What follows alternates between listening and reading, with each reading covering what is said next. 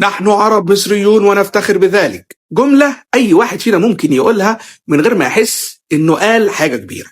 وده بالظبط اللي خلاني أعمل الفيديو ده. بص يا سيدي، أنت كاتب نحن عرب مصريون ونفتخر بذلك، تمام؟ خليني أمسك الجملة دي زي ما هي وفكها من غير ما أزود ولا نقص حاجة. أنت ما قلتش أنا مصري وبفتخر، ولا قلت أنا مسلم ومطمن.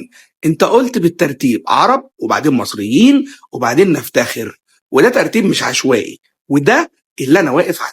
خلينا نكون واضحين، لو الفخر بالعروبة فخر لغوي تمام، اللغة أداة. لو الفخر ديني، الإسلام دين عالمي و80% من المسلمين في العالم مش عرب أصلا، يعني الفخر ده مش محتاج عروبة. يبقى السؤال الطبيعي، أنت فخور بالعروبة ليه قبل ما تكون فخور بمصريتك؟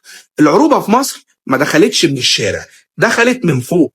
جيش دخل، دولة قامت، لغة إدارة اتفرضت، ونظام جباية اتبنى. يعني العروبة دخلت مصر كهوية سلطة مش هوية شعب. والمصري وقتها ما كانش عنده رفاهية يختار هوية، كان قدامه اختيار واحد، يا إما تبقى قريب يا اما تدفع اكتر وتتشد اكتر وتتراقب اكتر. وده مش عيب ولا شتيمه ولا خيانه، ده سلوك اي شعب تحت حكم امبراطوري. ومع الوقت اللي كان تكيف بقى عاده، والعاده بقت طبيعه، والطبيعي يتحول لفخر. فبقينا نسمع الجمله دي من غير ما نسال ليه عرب الاول وليه مصريين بعدين.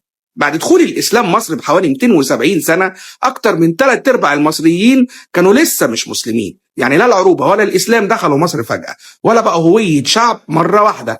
الدخول كان بطيء وتحت ضغط اقتصادي واضح.